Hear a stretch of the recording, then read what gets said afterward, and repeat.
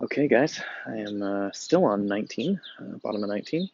I'm just gonna kind of, life's crazy. I'm just gonna try to keep going through this thing.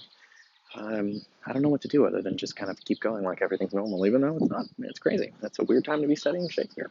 I don't know. But Shakespeare's good all the time. So, and you're stuck with me. So, and also, I don't think anybody's watching these videos. I think it's just basically me making them like a fucking lunatic, but they're paying me to make it. So I feel like I have to make the videos. And then at least if nobody shows up and the university says, "Why should we pay you?" I'm gonna go look. I made all these videos. I don't know why they didn't come. Um, okay, so we were last talking about this line, as Diane's visage is now begrimed and black as mine own face, right? This idea that Othello has internalized some of the negative things that people say um, about black people, the idea that black skin, like, because there are people in real life who think black, like in the Renaissance, for example, they thought black skin was a metaphor for sinfulness or fallen, they've fallen from holy whatever, the pagans, the Muslims, the right, they thought it was bad, and these are metaphors. They're painful, damaging, real life metaphors that destroy people's lives. And what's fucked up is that Othello has internalized some of these. It's bad enough for people to be racist and think these things, but for Othello to think them, for him to think that he's less than, which is crazy because he's like a top-notch military general that everybody relies on, but still he lives when you live in a culture and over again they say black people are criminals, black people are criminals, black people are criminals. Like, what do you do if that gets in your head and you're like, I guess I'm a criminal, I'm going to be a criminal. The idea that black skin symbolizes sin or a fallen state or something less than white people. He's internalized this, and this tells you a lot about how he's dealing with Desdemona, and this is how he sees it.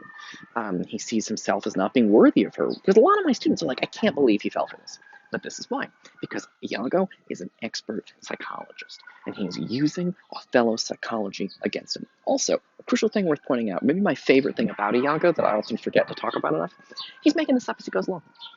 Iago doesn't. Right now, by the way, he's not talking. He's just trying to like split him up. Remember, this started off as a plan to. He was getting money from Rodrigo, so he could. He was getting money from Rodrigo because he was claiming he was buying presents for Desdemona on Rodrigo's behalf, so that Rodrigo could get Desdemona someday. And then they got married. He was going to break them up, so he could break up Othello and Desdemona, so Rodrigo could have her. But like, this is changed into something else. He just enjoys torturing Othello now. He kind of forgets about Rodrigo for long stretches, because he's having so much fun. Right? Remember that earlier line in the play where he says, "Sport makes the night go fast," or whatever. That's not the line, but it's something like that. Some pleasure in sport make the hours fly or something. But he's having fun just destroying Othello because he's having. Here's a crucial thing about Iago. He's having fun because he is discovering how powerful he is. He didn't know that before. He didn't know about his incredible powers. He's learning about them, and this is very entertaining to you remember, how like superhero movies will have a scene where the hero gets powers like Spider-Man or whatever, but doesn't know what he can do, and then he's like, oh shit, I could fly, or not Spider-Man, but he learns that he can swing off the buildings, and it's exciting, or when the hero learns in Shazam, for example, they go out and he tries his powers out to learn how to fly, and it's exciting.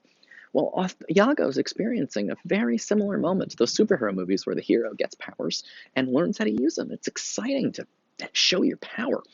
And that's what Iago is doing, is he's learning just by talking to a person. He can rip them to fucking shreds. He can tear their soul in pieces and stomp on the pieces just by talking. And that's his power. And that's why Iago is having such a good time. And that's why I'm having a good time, because it's not real. And so it's fun to watch Iago discover these things, because no one's really being hurt, and it's all fun and games, just like a horror movie would be exciting. Okay, so Iago says, I see you're eaten up with passion. And then he does this thing. This is another piece of Iago's psychology that's so fascinating, is that he puts images in Othello's mind. He gives Othello things to think about that he'd rather not think about. And he says, like, so if all he wants to say, for example, next is, well, you want proof? Like, do you want me to actually, like, for sure prove that they're having sex? But that's not how he puts it. The way he puts it is, he says, the way he puts it, the specifics, and this is, by the way, why summary doesn't, if you just read a summary of the story without reading it, you miss these details that are so great. He says, "How satisfied, my lord, would you, the supervisor, grossly gape on, behold her topped?" Like, so he's like, "Do you want to watch them fucking?" And again, this puts the image in his mind, which drives him crazy. And then he says it again. It were a tedious difficulty, I think, to bring them to that prospect. Damn them, if ever to mortal eyes do see them bolster more than their own. What then? How then? What shall I say? Where's satisfaction? It's impossible that you should see thus. Were they prime as goats, as hot as monkeys, as salt as wolves in pride, and fools as gross as ignorance made drunk. So again, metaphors. He compares them to wolves, to monkeys, to goats, to fools that have sex in public like animals. But again, you see that the list is just putting images in Othello's mind and driving him fucking crazy. And he's like, well, and you see what he's doing is that Othello brought it up. Othello said, I want proof. And then Iago goes, well, how do you want proof? Do you want to watch her riding his dick? And he just brings up all of this very specific, upsetting imagery. They're fucking like animals. He brings up all of this very specific imagery in order, because he says, if Othello got mad at him, he'd be like, whoa, dude, I was just answering your question. You said you wanted proof. What kind of proof? I was just listing off options. But what he's really doing is he's driving the guy crazy by bringing up all of these specific things. The next bit here, he does something a little strange. He says, I think I can get you some kind of proof. And Othello wants the proof. He says, I dislike the office, meaning I don't want to do it. But he says, he tells a story, and I really don't like this part of the play. It's really weird. But he says, I lay with Cassio lately, meaning they were like sleeping in the same room, because soldiers often sleep in the same room. I lay with Cassio lately, and being troubled with a raging tooth, I could not sleep. There are a kind of men so loose of soul that in their sleep will mutter their affairs. One of this kind is Cassio. In sleep I heard him say, Sweet Desdemona, let us be wary, let us hide our loves. And then, sir, would he grip and wring my hand, cry, Oh, sweet creature, and then kiss me hard, as if he plucked up kisses by the roots that grew upon my lips, then laid his leg o'er my thigh, and sighed, and kissed, and cried, Cursed fate that gave thee to the moor. It's a weird story. One of the things to keep in mind is that Iago's trying stuff out. And it doesn't all work. This is a story where he just says, oh, you know what?